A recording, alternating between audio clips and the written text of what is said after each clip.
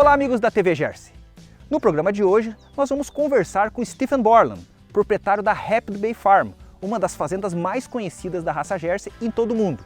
A nossa equipe visitou o Steve lá no Canadá, na cidade de Ormstown, onde fica a fazenda, e ele nos contou um pouco dos segredos do seu sucesso. Confiram agora na TV Jersey.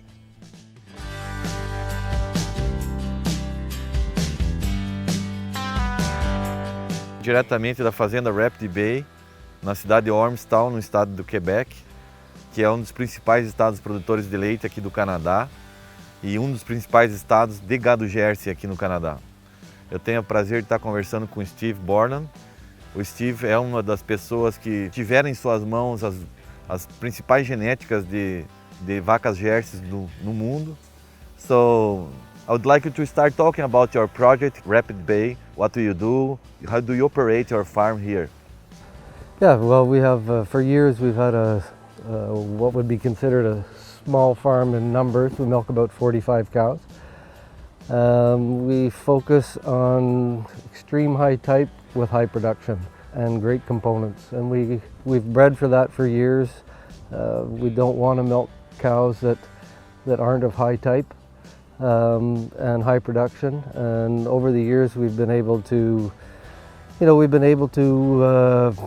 eliminate families that we don't want. We're working now with about 4 families that just seem to click every time, and I think probably we're in as good a place as we've ever been. And on the daily operation, how do you feed your cows? What are your averages concerning milk production and components also? And how does it work on a daily basis? You know, we have a tie stall barn. We feed mostly a grass-based ration in mostly wrapped bales. So it would be like humid bales wrapped in plastic. Some dry hay, and we grow our own grain corn as a ration, which is supplemented with a 40% protein supplement that we purchase. A mixture of soybean, it comes in a pellet. And top cows get about 8 kilos of ration, free choice grasses. We started this year feeding a little bit of corn silage, so cows would get maybe 6-7 kilos of corn silage, and it's worked well. It's trouble-free. We just don't have cows go off feed. We don't push our young cows. We don't push them hard for milk. We kind of like let them make what they're going to make and let them develop 1 year. I think our 2-year first lactation cows would average around 6,500 kilos, and we shoot for third lactation cows. That's when we push them a little. We want third lactation cows to make 10,000 kilos. So we've bred for components and been really serious about that for years. We've ended up with about 4 families that average in the 6%. So our butterfat, our tank test, which is the one that really matters, we're selling milk that is between 5.8 and 6% butterfat. So that gives us a really good premium on the pay for the milk.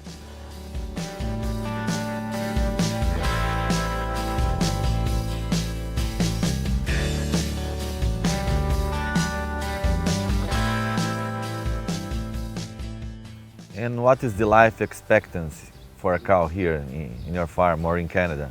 I think in Canada is maybe like 2.5 lactations, maybe less. Jersey, you mean? Jersey maybe a little higher. Here we probably average 6 or 7 lactations. We have cows that have 10 or 11 lactations. We manage each cow pretty individually, and if we see problems, we try and stop it before it becomes a crisis. So cows last a long time. Yeah. Normally you work alone, you have some guys to help you here? Yeah, normally I try to have 1 employee. Sometimes we have spaces where we don't have an employee because it's hard to find the right people. Right now we have a young man from Guatemala that's working out really well, fantastic worker. And so normally we try and keep 1 guy, and Often we'll have young people from different countries that come for a few months or, you know, for a bit of a stage experience. Okay. Yeah, so we try and remain open to that. And it's normal here in Canada that the families work by themselves and don't have employees. It's quite normal that family farms are all run by family members with no employees. Yeah. Steve, I need to talk about the cows, you know. For us, you are a lucky guy. You have been involved with some of the legends of the breed like Duncan Bell, Gorgeous, and Rumor, and other cows. Yeah, I mean, I think I've been pretty lucky. I've had some cows that went on to become pretty famous. Duncan Bell was a legend in her own time. She was grand champion at the Royal and Madison and was the #1 index cow at that time, which is really rare that you'd get a cow that would be champion at a major show like that and also be #1 index cow. She also at that time had a daughter, Boomer Bell, that won the Royal that was #1 index cow when Duncan Bell was #2. That's pretty rare event. You know, she had about 30 sons go into AI, and we had several daughters here that went on and bred well. Then we had Gorgeous, you know, who bred incredibly. We still have 10 daughters of Gorgeous here. We're doing a lot of embryo work with them. The components that this cow has transmitted is just unbelievable. I think her first 13 daughters milking average 6.5 or 6.3 or 6.5 butterfat. She has 3 daughters that have made over 10,000 kilos with 7% fat, which is unheard of. It's so consistent. I mean, genetically it's just there. So we're working with that. We have a lot of pregnancies and young stuff coming, and we had the cow Rumor who left a big impact here with really big deep ribbed cows that show style and lots of milk. Okay, so yeah, it's been enjoyable to work with those kind of cows, and it's kept us in business. How long have you been in business?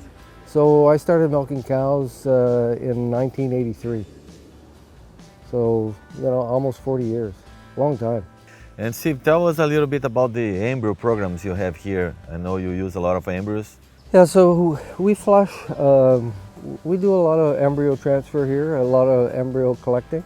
We try and sell embryos worldwide and have, and still are. That's a big focus of our business is to export embryos.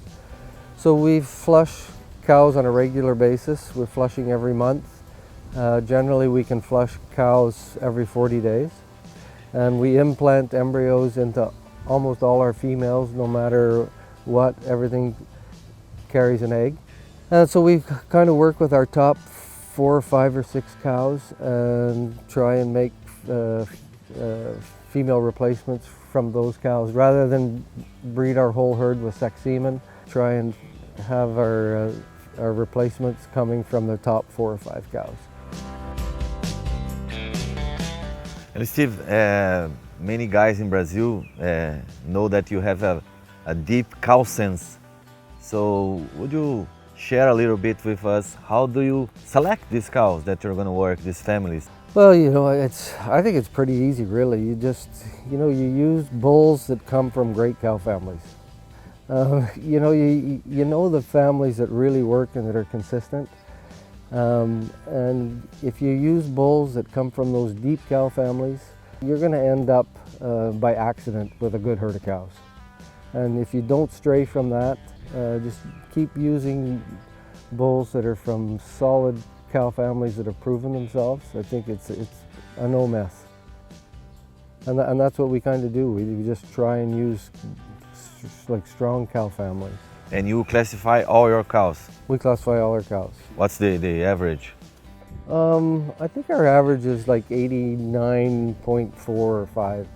And how do you see the future? I think the Jerseys are, you know, cracking the dairy world in all countries, and the future for the Jersey cow is huge, I think.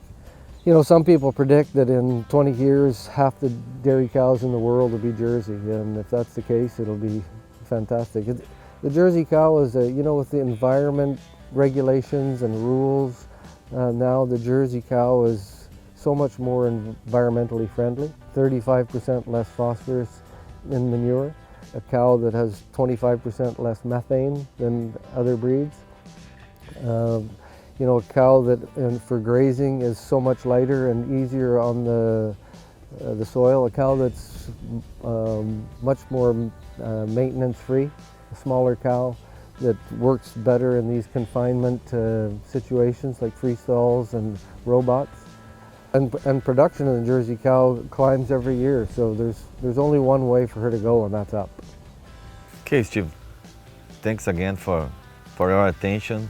You have been so fortunate to work with these great cows, and it's amazing. Thanks again. Appreciate you coming. Como vocês puderam ver, é fantástico o trabalho que a Rapid Bay faz para a Raça Jersey, mostrando toda a qualidade do trabalho do Steve e dos seus colaboradores. E continue acompanhando a TV Jersey aqui pelos nossos canais, pelo Facebook, pelo YouTube, pelo Instagram e também pelo nosso site. TV Jersey, o canal do leite.